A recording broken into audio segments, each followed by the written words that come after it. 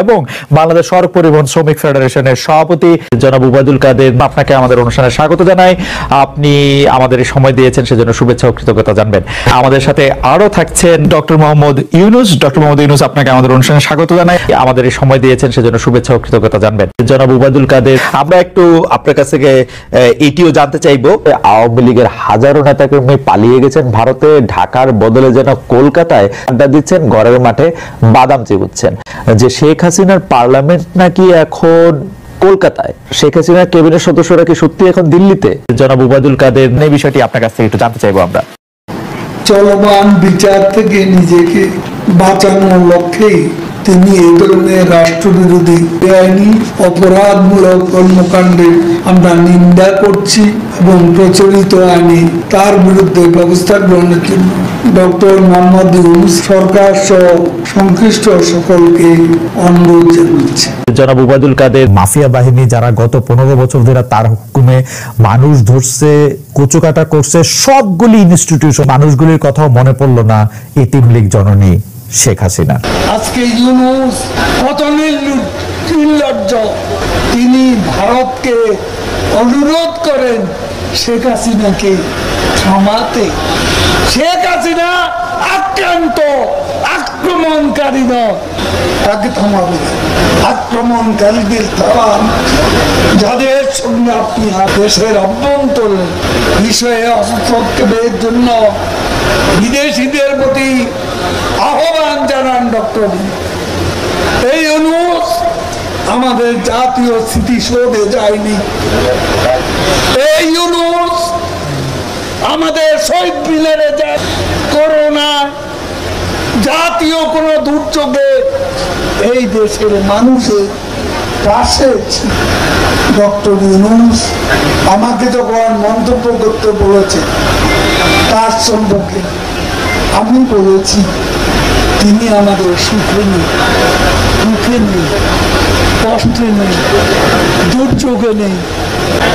আমরা কেন তাকে নিয়ে অযথা তাকে নিয়ে আমাদের বাবা কোনো প্রয়োজন নেই। তিনি এবার সাক্ষাৎকারে নতুন নির্বাচন দাবি করেছে। চিনতে পেরেছেন? কোটা আন্দোলন, অগ্নিসন্ত্রাস, সাম্প্রতিক সহিংসতার সাথে এই বিবৃতির সংযোগ আছে কিনা? ডক্টর ইউনূস এদেশীয় সংস্কৃতি লালন করেন। আজকে ডক্টর ইউনূস শ্রমিকদের অর্থ আত্মসাৎ করেন, তিনিও আজকে মাঠে নেমেছেন। অতীতে যিনি রাজনৈতিক দলগুলো 1-11 সারা পান না, যার বিরুদ্ধে মামলা চলমান, যিনি দেশের আইকনিক প্রকল্প বিরোধিতা করেছে, তিনি আবার সত্যি আগে গোপনে করেছে, এবার তিনিও এসেছে প্রকাশ। আমাদের বন্ধু আছে বাইরে, আমাদের বন্ধু আছে, প্রভু নাই। আমাদের বিবেক আমাদেরকে চালায়। আপনারা দেখেছেন সম্প্রতি সংগঠিত বিএনপি, জামাত, ছাত্রদল, শিবিরের সন্ত্রাসী গোষ্ঠী সন্ত্রাস, সহিংসতা, নারকীয় হত্যাযজ্ঞের অসংখ্য তথ্য একের পর এক উন্মোচিত, যা থেকে প্রমাণিত এই ধ্বংসের যজ্ঞ সুপরিকল্পিত করেছে। সারা দেশ থেকে তারা তাদের সন্ত্রাসীদের ঢাকায় এনে হত্যা, সন্ত্রাস, ধ্বংসলীলায় মেতে উঠেছে। জনাব উবায়দুল কাদের, আপনাকে অনেক ধন্যবাদ, আপনি আমাদেরকে সময় দিয়েছেন। আমি সরাসরি প্রশ্নে চলে আসি। শেখকে অপছন্দ করেন, অনেক কিছুর জন্য আপনাকে দায়ী করেন, পদ্মা সেতু এবং এই সেই, এর কারণ কি বলে আপনি মনে করেন? আপনাকে কি তিনি তার প্রতিদ্বন্দ্বী মনে করেন, নাকি সত্যি তার কাছে এমন কোন তথ্য রয়েছে যে আপনার বিশাল কোন রাজনৈতিক অভিলাষ রয়েছে? আপনি কি রাজনৈতিকভাবে তার প্রতিদ্বন্দ্বী হয়ে উঠছেন বলে তিনি? আমার মনে হয় উনি মনে করেন যে আমি দেশের সর্বোচ্চ ডাকু, সন্ত্রাসী, কিংবা আমি অপরাধী, আমি সেরা চোর, এই জাতীয় জিনিস মনে করেন, কাজে সেগুলো ব্যাখ্যা করেন উনি তার মুখে। উনি বলেন যে আমি সব এমন সব কটু শব্দ ব্যবহার করেন যাতে মনে হয় যে আমার সম্বন্ধে তার ধারণা খুবই খারাপ। কিন্তু এইটা তো এরকম ছিল না। আমরা দেখেছি যে 96 থেকে 2001 সাল পর্যন্ত নানাভাবে এই সরকারি বা আওয়ামী লীগ সরকারি আপনার সাথে বা আপনি আওয়ামী লীগ সরকারের সাথে একসাথে কাজ করতে কোনো সমস্যা হয়নি। আপনি ব্যাকগ্রাউন্ডটাকে আমাদের একটু বলা যাবে যে আপনার কাছে কি মনে হয় কেন এই শত্রুতার বা কেন এই অপছন্দের বিষয়টা একটু সৃষ্টি হলো বা তৈরি হলো? যেই হোক, এটা আমার তরফ থেকে হয়নি। আমি তাকে যথাযথ শ্রদ্ধা করে নিয়ে গিয়েছিলাম আমাদের মাইক্রো ক্রেডিট সামিটে ওয়াশিংটন ডিসিতে, সবাই সম্মান করেছে।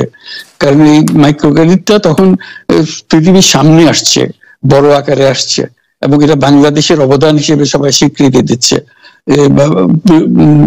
ওয়াশিংটনে দুনিয়ার সেরা যারা সবাই উপস্থিত ছিলেন, তার মধ্যে আমরা ওনাকে নিয়ে গেছিলাম এই জন্য যে বাংলাদেশের পক্ষ থেকে এই গৌরবটা যেন তিনি হয়েছেন, উনি গেছেন করেছেন।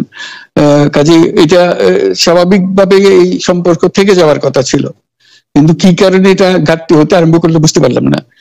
কিছুদিন পর থেকে ওনার আচরণ এবং তার শব্দ পরিবর্তন হতে আরম্ভ করলো। এমন পরিবর্তন হলো এখন আমাকে চোট বদমাইশ ছাড়া আর কোনো বিষয়ে উনি মনে করেন।